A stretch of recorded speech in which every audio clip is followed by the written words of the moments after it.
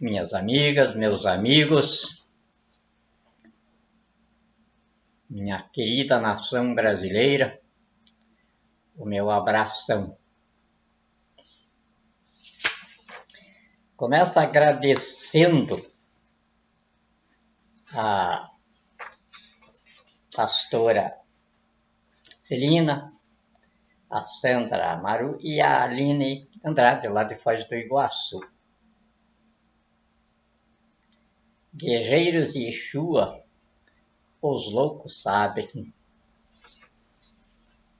Segundo Jesus e os profetas todos, e os que não são profetas, mas também são filósofos e sábios, eles dizem que aqui no planetinha Terra, a gente sabe que está no caminho certo quando é chamado de louco.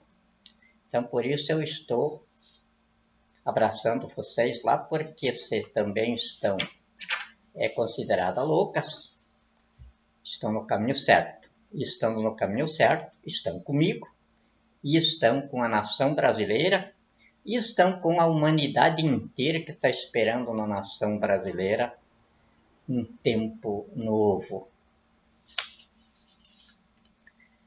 E agora, hoje eu estive falando com a minha assessoria aqui, que segunda ou terça-feira vai estar entrando na Câmara dos Deputados a denúncia contra Jair Bolsonaro por crime de responsabilidade, enquadrando ele como chefe do terrorismo dentro do Brasil. E aí não vão dizer que foi uma arapuca a eleição dele, justamente para ele cair na armadilha, porque ele se elegeu por luta dele. Mas essa denúncia perante a Câmara dos Deputados, como a Constituição e a Lei de Segurança Nacional e a Lei de Responsabilidade, Crimes de Responsabilidade estabelece, é a base para a prisão dele. Porque o malaco é tão vagabundo, tão salafrário, que se deixar ele 2 meses aí, ele vai jogar o Brasil numa guerra civil sem tamanho. Então não dá. O Michel Temer, por exemplo, ele ficou 1 ano ali. Mas eu tenho de ser verdadeiro, tenho de ser claro, eu sou magistrado supremo da nação. E eu não posso mentir, enganar com a nação. O Michel Temer não me ocasionou nenhum problema como presidente do Brasil. E eu tive absoluto desempenho na área internacional, ele não me ocasionou nenhum problema ali. Não encaminhou tratado nenhum, não assinou nada do Brasil na área internacional, não fez nenhum compromisso do Brasil.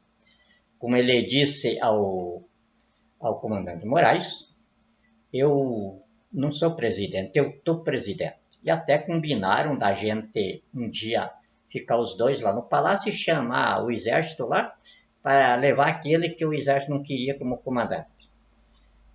Aí o dia que a gente tinha marcado para isso, deu um atrapalho, não deu certo. Depois nós tínhamos combinado, inclusive eu tinha dito para ele que podia ficar no Palácio da Alvorada lá, o tempo que ele quisesse, para não ir ocupar aquele palácio. Mas aí a quadrilha do Bolsonaro pressionou para ele sair de lá.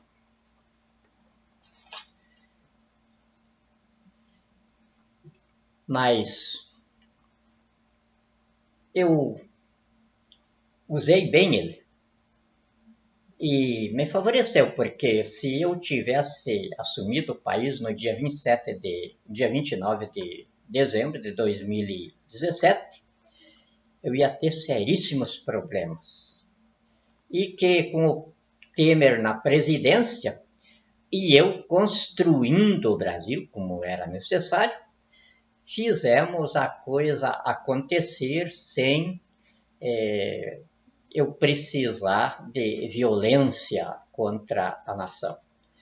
Porque aqueles que ainda pensavam diferente, que hoje estão com a gente, e que poderiam ter se revoltado naquela época, é o povo também, e o povo no poder agora, e eu sou o povo. Então tem de considerar a nação por esse prisma. E o Temer me ajudou a nós solucionar esse problema. E quando chegou o final do ano, que aí ele tinha de sair do palácio, e eu naturalmente ia começar o expediente lá, essa situação toda estava resolvida já. Então daí foi que eu sofri o golpe da insurgência cívico-militar terrorista contra a Constituição, engendrado e comandado por sujeito que não tem nenhum jeito da gente chamar ele, porque ele é pior do que os piores estrumes que você possa imaginar caindo das latrinas do inferno, e que tem uma farda no lombo. O general Vilas Boas, não sei como o mundo pode produzir pessoas desse naipe. Mas também tem de se levar em consideração o que se aprende no acervo histórico e educacional da humanidade. Quem se associa a bandido ou a quadrilha de bandido se torna cúmplice nos crimes por eles praticados. E a gente aprende em qualquer escola de informação, de inteligência, a começar qualquer levantamento investigatório por perguntas. E na área militar, a primeira pergunta é: mostre-me teu comandante para mim saber que soldado você é. Então, soldados sob um comando de um sujeito como Eduardo Vilas Boas desmerece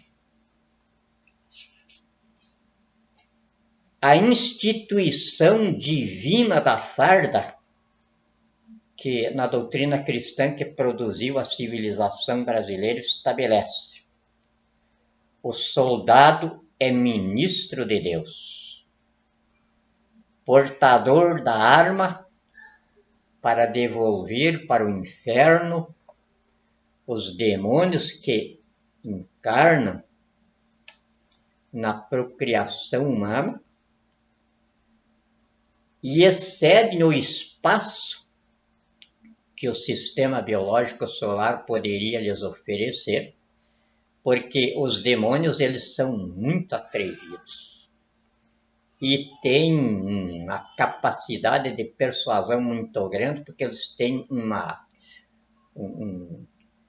negócio assim, não é aura, mas é um poder demoníaco assim que atrai, que subjoga.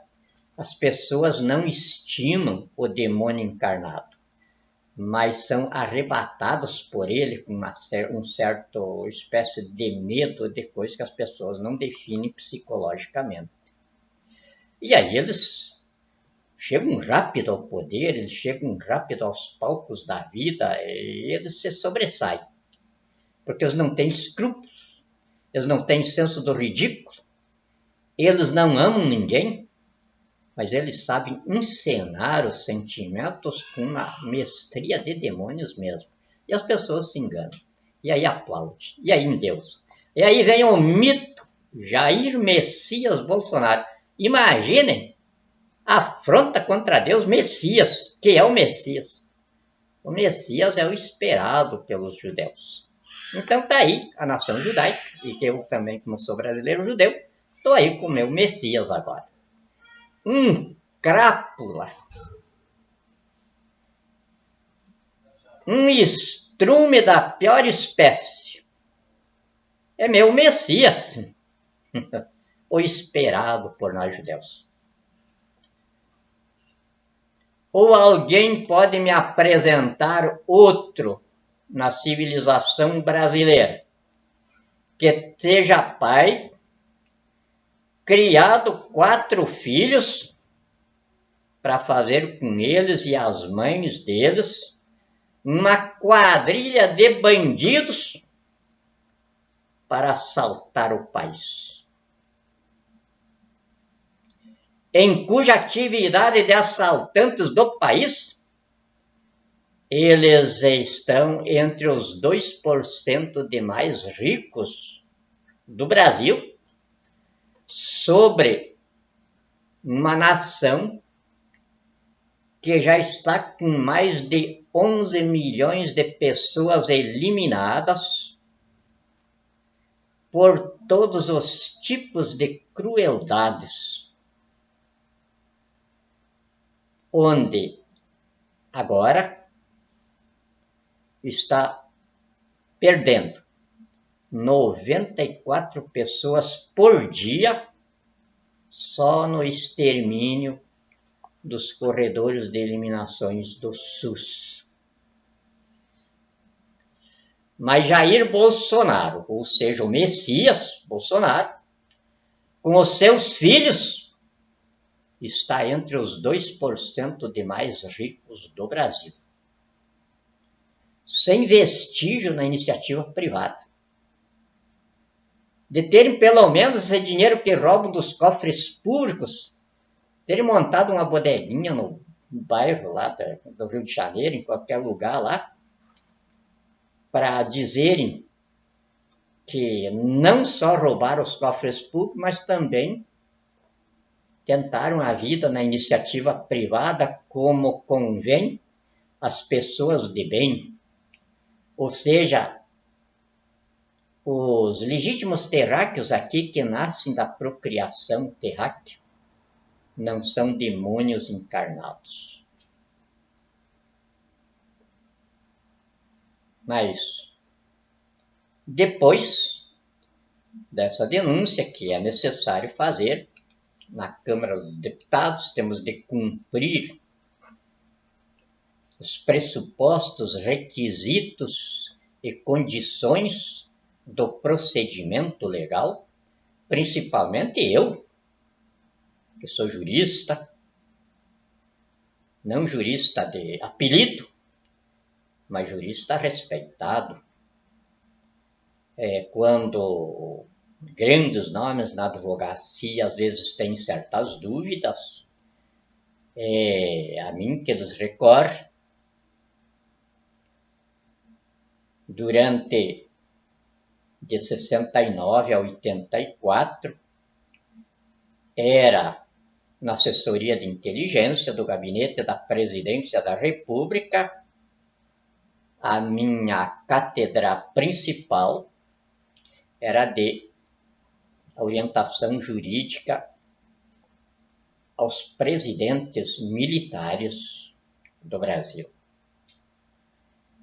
E por causa disso, talvez, quando as Forças Armadas, falando em Forças Armadas, eu preciso que deixem bem claro: não confundam Forças Armadas com essa quadrilha de oficiais que se compõem com o capitão Bolsonaro.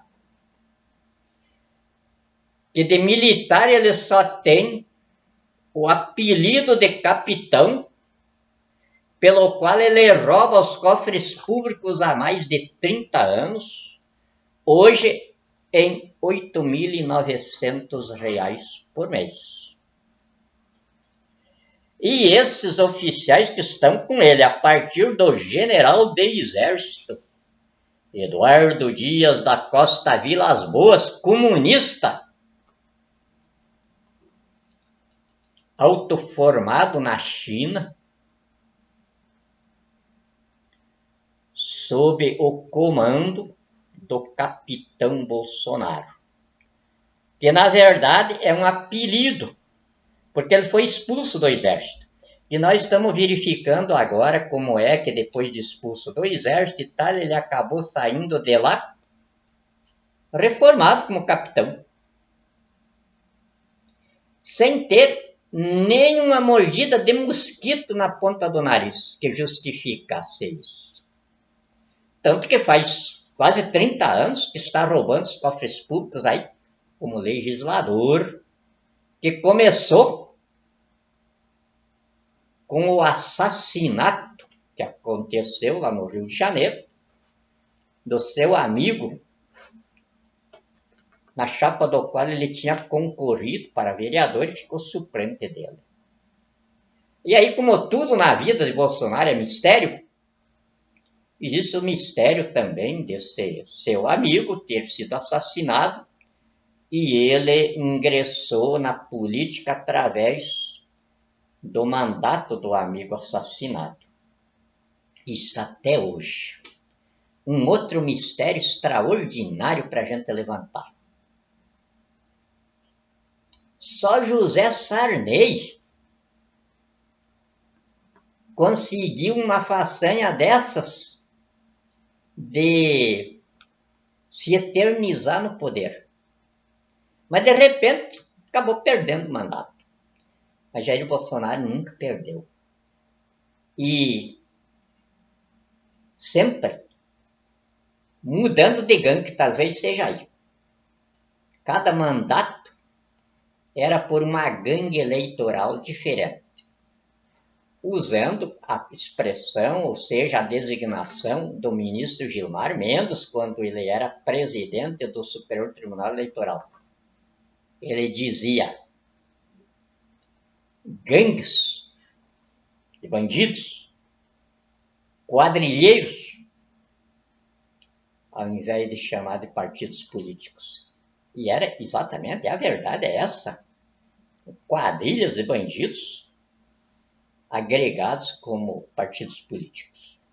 E aí Bolsonaro mudava de quadrilha para cada mandato. Talvez aí mostre que ele não renovaria mandato pela mesma quadrilha. E agora nem bem fez o mandato dele de presidente da República, que nós vamos verificar essas urnas eletrônicas, vamos, para ver quantos votos na realidade ele teve lá. Mas nem bem pegou mandato. Já está isso incompatibilizando com o partido dele e já fundando um outro. Parece que é a UDN. É um malaco sem tamanho. Não merece nem a história do próprio pai, porque o próprio pai dele, que foi fascista da Itália e veio de lá com essa pecha, era digno dentro daquilo que ele achava que era verdade. Mas esse malaco que ele criou aí não tem lado, mas também não é redondo. Não tendo lado e não sendo redondo, o que é? No meu filosofar, é um estrume que caiu das latrinas do inferno. Você fez gente aqui. Na primeira tacada de roubo de presidente da República, ele pretendeu meter a mão em 606 bilhões de reais frio, com o qual ele aumentava os 9 trilhões de déficit público com mais 606 bilhões. E sabe como é que ele disse que ia pagar isso? Com orçamento da Previdência, que já tem um déficit quase de 300 bilhões. e do orçamento fiscal, que também é só déficit. Então está provado um crime contra o sistema financeiro internacional se a gente já não tivesse tomado providência sobre isso. Esse é o presidente que vocês elegeram aí. Eu não posso dizer 56 milhões de brasileiros, porque a gente precisa verificar essas urnas aí, porque as eleições foram impostas pelo golpe militar terrorista da insurgência cívico-militar contra a Constituição, feito por o general Eduardo Dias da Costa Vilas Boas, o general Antônio Hamilton Martins Mourão. Ó, seu Antônio Hamilton, nós já estamos levantando a cervengue e tudo aquela coiseira lá que você sabe como é que está. E agora, então, como nós estamos falando em dinheirama, essas coisas tudo, é o que eu estava falando aí, que eu estava conversando com a minha assessoria à tarde agora, sobre o que vai aparecer contra o Bolsonaro, próxima semana. Então, eu estava dizendo para eles que eu resolvi distribuir a nova vida do povo brasileiro. Porque, segundo a escola da tragédia do homem de Moisés, que produziu os 10 mandamentos e a Constituição brasileira, o terráqueo aqui é regido por 2 deuses. Yahvé, que é o Deus da cabeça aqui. Temos uma mente, temos um Deus. Que nós olhamos para as estrelas e precisamos compreender o que é que nós somos para poder saber o que devemos fazer de nossas vidas. E o Deus do estômago. É tanto que o cérebro e o estômago funcionam como um casal inseparáveis. Se o estômago estiver vazio, o cérebro tenta suprir o nosso corpo com energias. Se o estômago estiver muito carregado, aí o cérebro não serve para nós pensar, porque ele primeiro ajuda o estômago a descarregar a carga. E se o cérebro não pensar, o estômago entra em colapso e o nosso organismo inteiro morre. Então são as nossas 2 peças principais. Aí, eu não sei bem onde está a vida. Se está no cérebro, se está no estômago. Dizem os cientistas que a vida está no estômago. Eu, para não contrariar ninguém, nem os teólogos, nem os cientistas, eu somo os 2. A vida é a soma do cérebro e do estômago. Mas o slogan que o Brasil Novo já lançou no mundo inteiro e o mundo gostou muito é este. Primeiro trabalhe, pense depois. Isto por quê? Como disse o saudoso Mandela, já anos atrás, nós estamos naquele tempo do apocalipse, que o Mandela disse, se conseguirmos fazer eles acreditarem que o cérebro é um aplicativo, talvez nós consigamos fazer com que eles comecem a raciocinar de novo. E aí o nosso grande mestre aqui, Olavo de Carvalho, disse de uma forma um pouco diferente, mas a mesma coisa. Nós estamos vivendo um momento em que a gente tem de expor o assunto, explicá-lo, desenhá-lo, depois fazer um desenho explicativo do desenho, para daí chegar nos foros do Poder Judiciário ou em qualquer repartição pública e ouvir a resposta. Não está no sistema. Eu tenho visto algumas coisas, agora não, porque agora aqui em Brasília já todo mundo me conhece e já sabem que eu sou bastante desaforado. E agora, como já tem dito aí, me falaram esses dias que uma jornalista espalhou na televisão aí que eu não estou preso porque existe o Estatuto dos Velhos aí e que pelos Estatutos Velhos eu não posso ser preso. Aí eu posso chamar o Bolsonaro aí do que eu chamo, eu não chamo, afinal de contas, eu não chamo, quer dizer, chamar pelo nome verdadeiro dele. E aí um advogado lá do Paraná leu a notícia e daí fez uma nota dizendo que então íamos formar uma quadrilha de velhos protegidos pelo Estatuto do Velho e não ia ter banco para nós assaltar. Porque eu, por exemplo, depois que terminasse a folia toda, porque cada grande batalha que eu enfrento, eu tenho uma cara.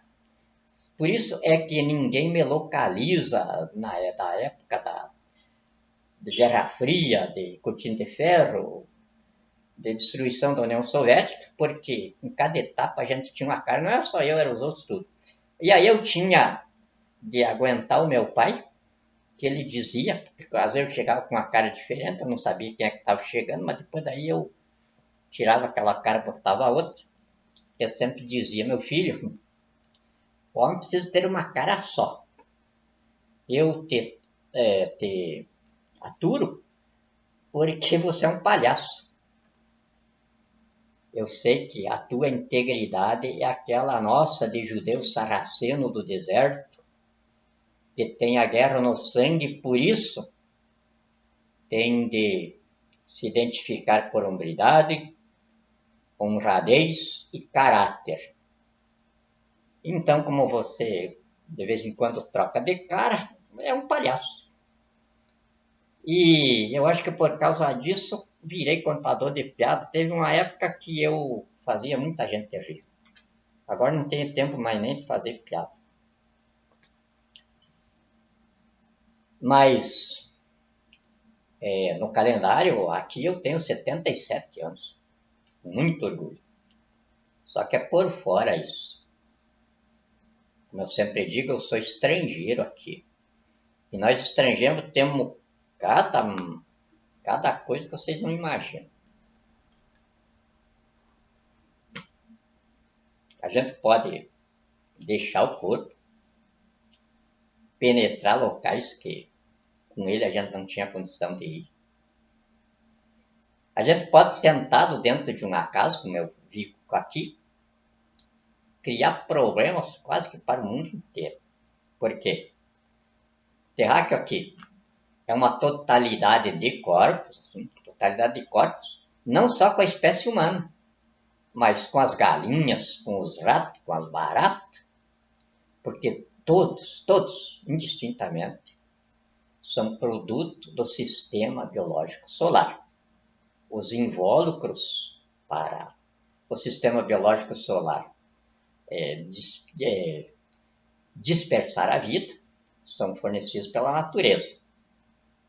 Então, a espécie humana é uma totalidade de corpos, uma totalidade de cabeça, de mentes, e uma totalidade de espírito que incide no invólucro biológico. E nós, estrangeiros, sabemos tudo isso, porque nós aqui somos da esfera multidimensional do universo. Para nós aqui, é o inferno. Porque enquanto a gente está aqui, na Via Láctea tridimensional, a nossa gestação espiritual estaciona. Nós só começamos de novo a gestação espiritual para nascer Espírito Santo na eternidade, quando nós voltamos para a nossa esfera de origem, na multidimensionalidade, e começamos lá. Por isso é que eu sempre digo, tenho uma saudade demais da mamãe, e eu sei que ela está me esperando, para nós recomeçar isso. Porque aqui, todos nós, não sou só eu, tem um monte de gente aí que vem desde lá de fora, Hermes Trismegisto, Melquisedeque, Abraão, muitos faraós no Egito, Moisés, Sócrates, Gautama, Jesus, enfim, Deus assiste o homem pelo próprio homem. E é desse jeito. Então, lá na multidimensionalidade, eu devo ter procedido bastante mal. E aí fui para o inferno. Quer dizer, o inferno é isso. É eu sair da multidimensionalidade para a tridimensionalidade. Só que aqui a gente é isso. Que o meu grande saudoso amigo general Colberi me chamava de coisa. Porque a gente tinha solução para tudo. Então eu chamava coisa. E eu queria muito bem ele. E o meu querido Dr. Ulisses me chamava de cordão umbilical porque eu fazia a ligação entre o governo militar e o MDB para instruir ele. Ele pensava que eu traía o sistema. Mas não. O regime precisava dele na oposição. Mas para ele fazer oposição, para não ser caçado, ele tinha que ser bem informado. Então daí a gente fazia isso, informava bem ele. Aí ele ia, quando ele sentava o cacete nos militares, é porque ele sabia que estava bem informado, estava bem lastreado. Foi como também eu fiz a abertura da imprensa.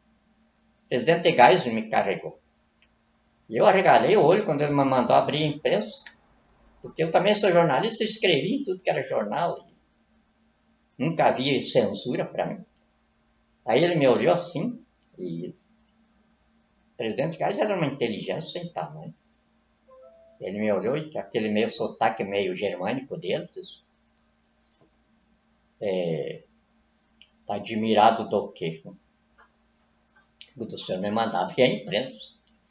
Ele fez aquela menção de rir, porque eu nunca vi ele rir mesmo, mas ele fazia aquela menção de rir. Me olhou, pois é, mas é por causa disso que eu te chamei para a missão. Você vai ter de abrir aquilo que você acha que está aberto. Você tem solução para tudo, solucione isso. Dali um mês e pouco, ele mandou me prender. É claro que o oficial que foi com o negócio para me prender, me deu o recado. E eu imediatamente vim para Brasília. Presidente, não estou entendendo. Aí ele disse, te dei uma missão para abrir a imprensa, não para ofender autoridades constituídas.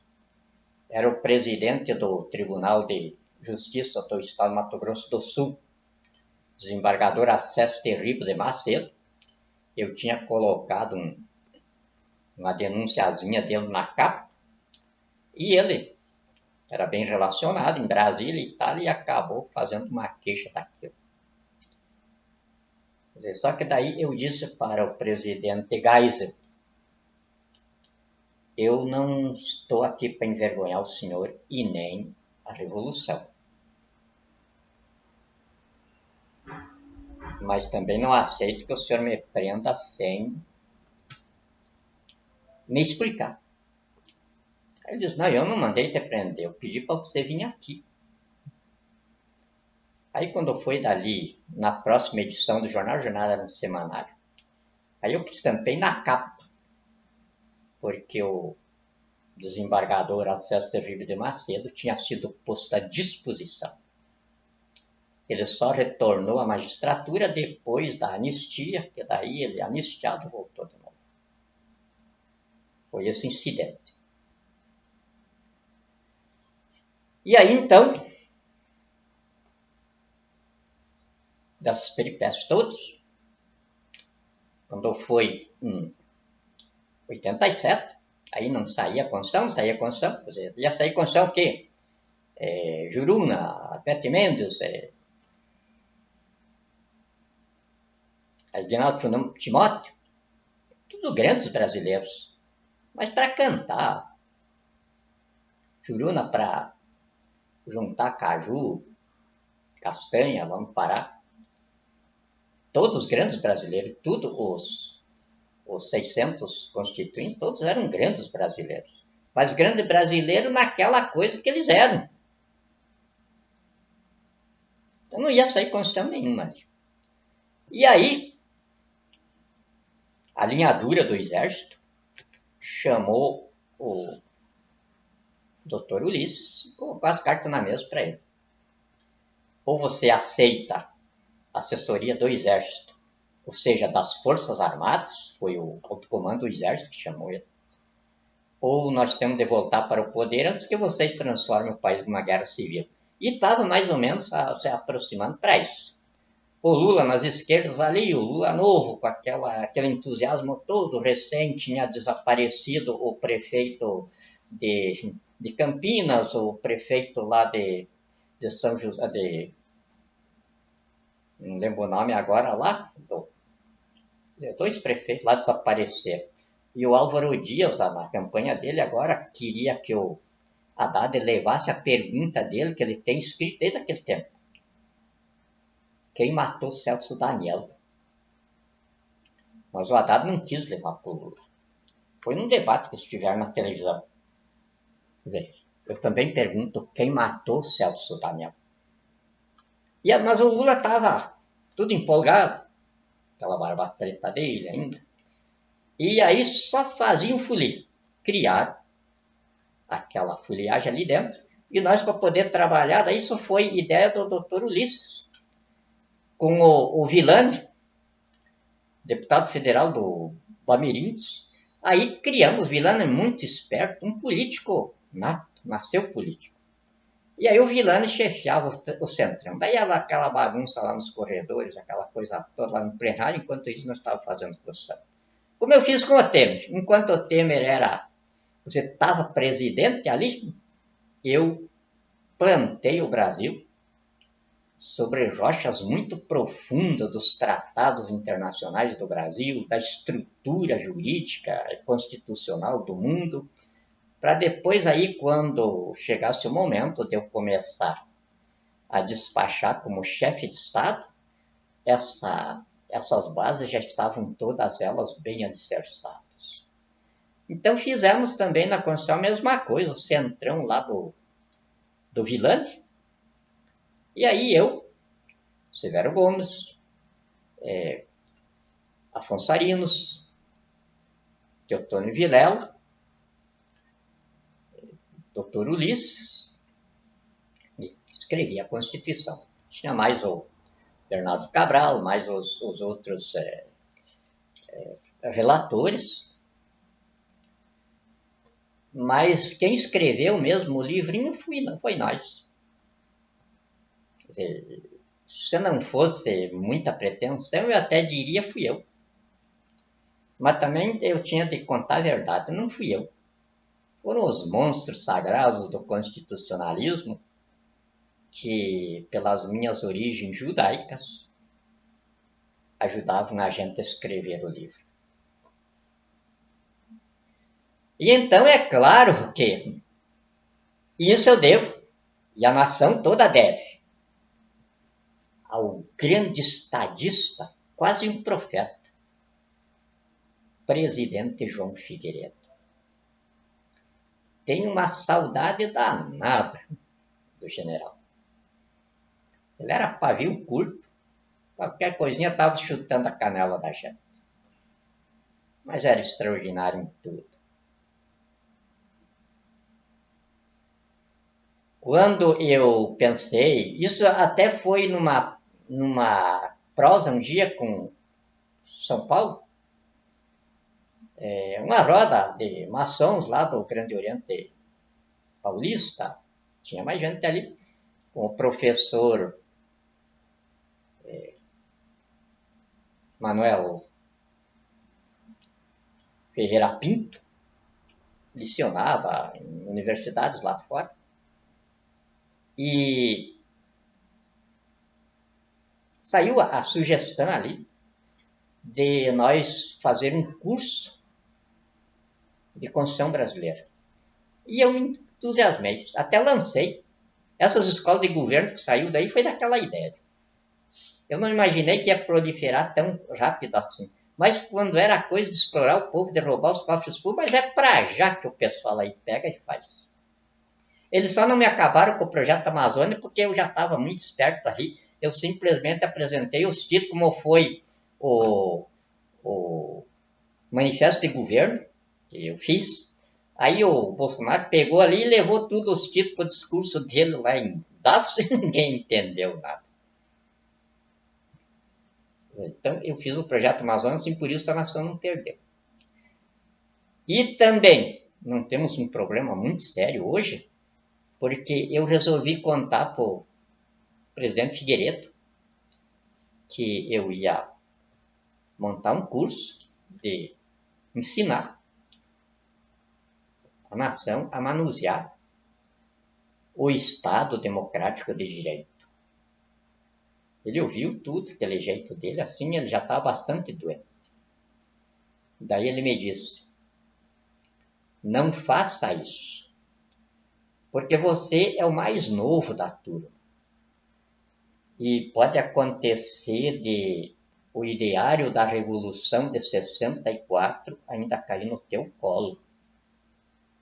E se você tiver especializado o inimigo, vai ficar mais difícil para você.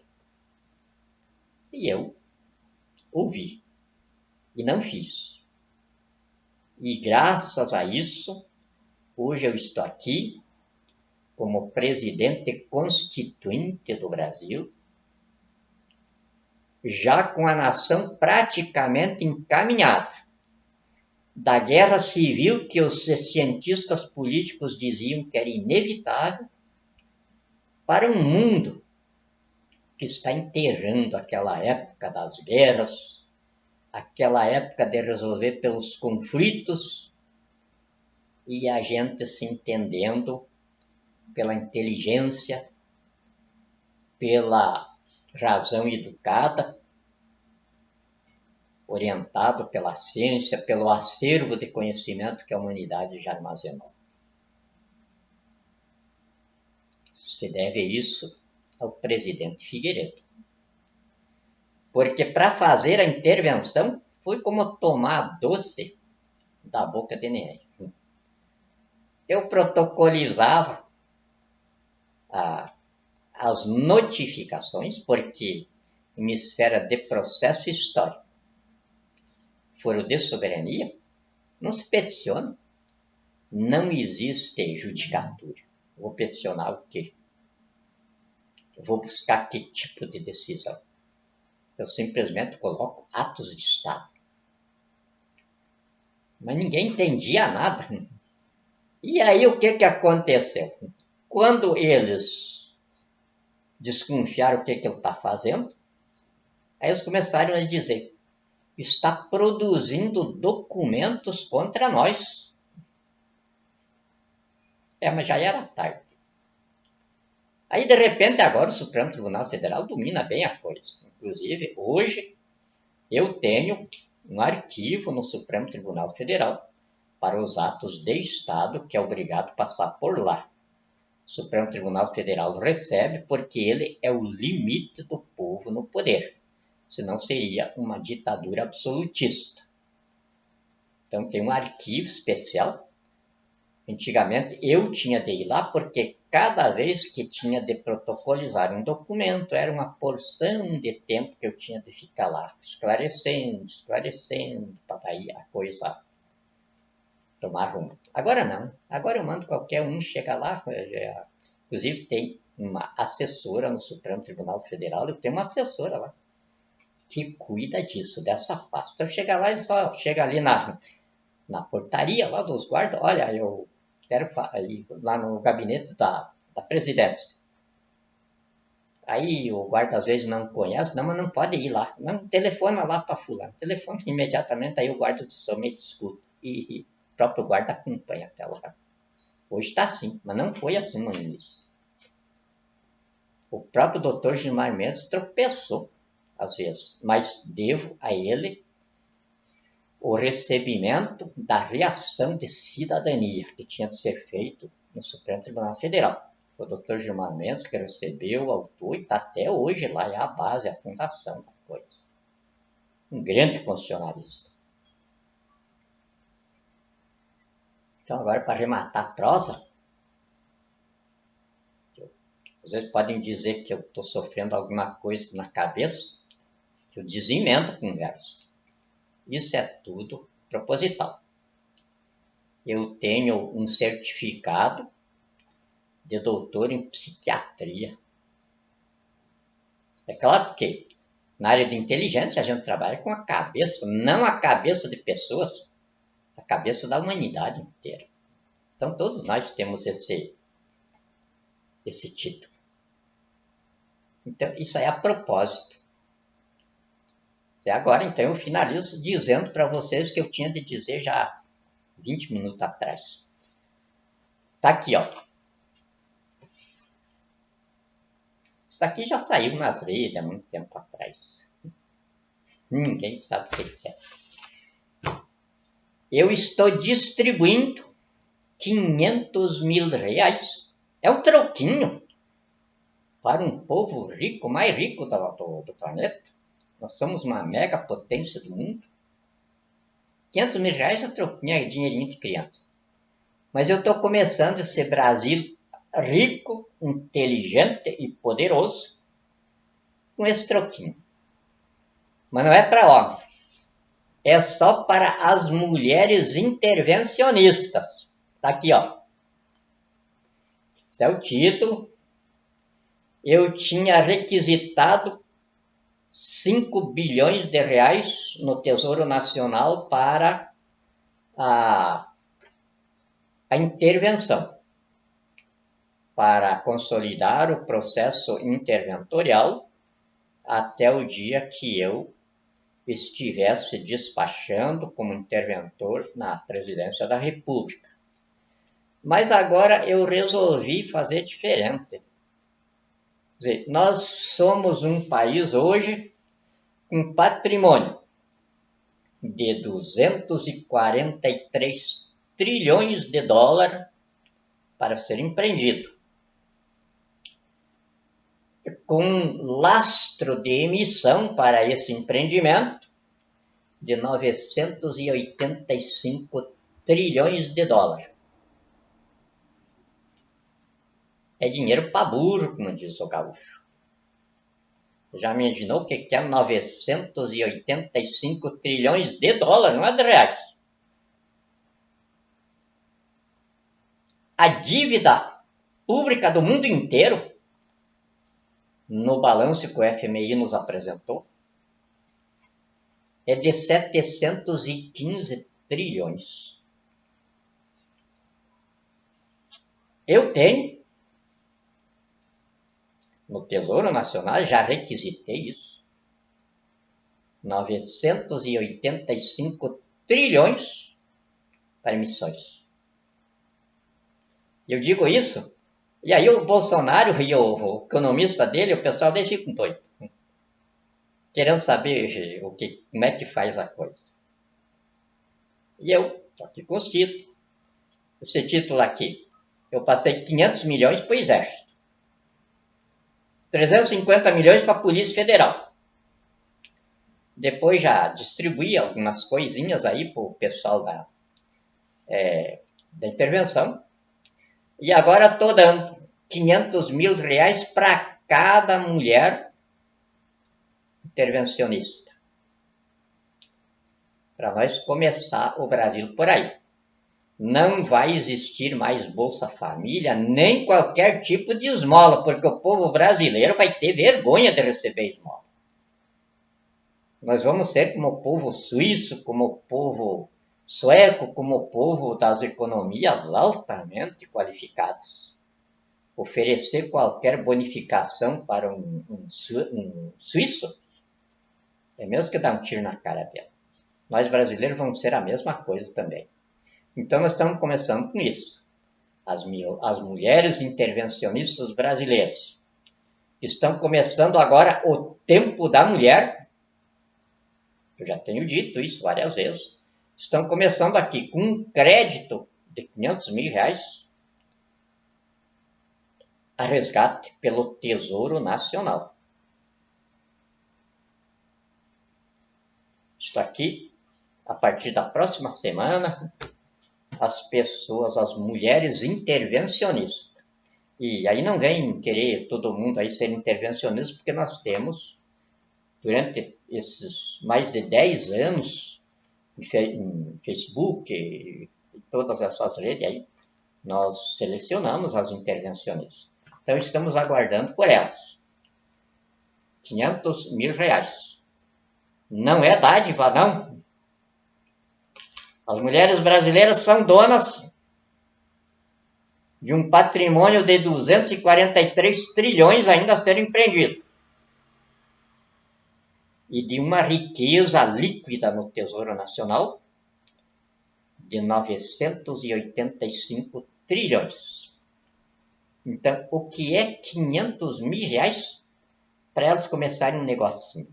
Porque esse dinheiro aí não é para elas gastar em salão de beleza e nem para viajar para a Europa, não. Esse dinheiro, a hora que elas receberem, porque na medida que elas receberem, então, vai ficar um registro, um título, e nesse registro aí, daí, imediatamente, quando eu tiver com o expediente normal na presidência, já imediatamente eu vou pedir ao Tesouro Nacional que resgate. E aí as pessoas vão aparecer nos lugares onde eles moram aí, que isso aí vai ser um controle feito pelos bancos, lá vai aparecer lá, tá aqui o título, eu quero receber o meu. Já deve estar na conta dela, se eu tiver conta lá. Mas daí nessa hora ali, ela simplesmente vai ter de dizer para a pessoa que vai estar encarregada disso aí nos bancos, aonde que a senhora vai empregar o dinheiro. Ela tem de dizer, não, eu quero montar um salão de beleza, eu quero montar um ateliê de costura, eu quero montar uma escolinha de arte, enfim, qualquer coisa que esteja dentro do programa de ressurreição intelectual da nação brasileira. É o primeiro programa que o governo do povo no poder está lançando. Então, dentro disso aí, é um campo econômico extraordinário que está vindo aí. Não, eu quero fazer isso. Ou então, não, eu quero criar um programa aí no computador aí de evento de coisa e tal. Sabe? O dinheiro é para ela começar uma economia nova no Brasil. O povo no poder, também o povo construindo o edifício econômico que o Brasil ainda não tinha, apesar dos seus 500 anos de história. E esse edifício econômico vai começar então a ser construído pelas mulheres brasileiras.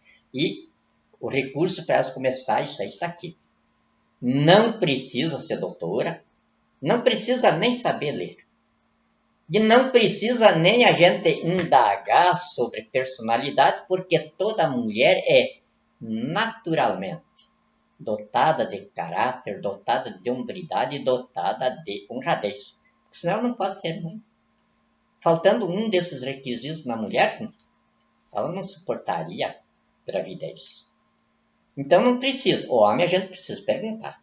Nós vamos ter, inclusive, um conselho para verificar isso aí com os homens. Mas a mulher não. A mulher, a natureza fez ela dotada disso de uma forma que ela não pode se livrar. A mulher é naturalmente, tem hombridade. Naturalmente ela tem caráter e naturalmente ela tem honradez. Está expresso isso tudo na gravidez. Está expresso no filho que ela amamenta no peito. Então, não tem dúvida. Isso, o saudoso Leonardo Brizola já falava quando ele era novo na política. E naquela época, no Rio Grande do Sul, ele ficava muito mal falado porque diziam que ele era mau caráter, estava querendo conquistar as mulheres, mas não era. Um homem de uma inteligência muito aguçada, e naquele tempo já ele sabia que a humanidade estava caminhando para esse tempo que nós estamos vivendo hoje. E hoje é a ciência que estabelece isso.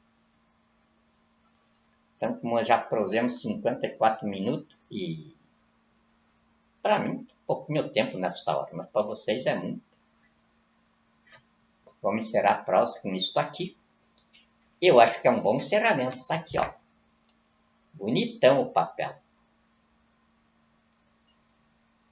500 mil para cada mulher intervencionista. E aqui já estão incluídos as minhas grandes brasileiras lá. De Foz do Iguaçu, a pastora Celina, a Sandra Maru e a Aline Andrade.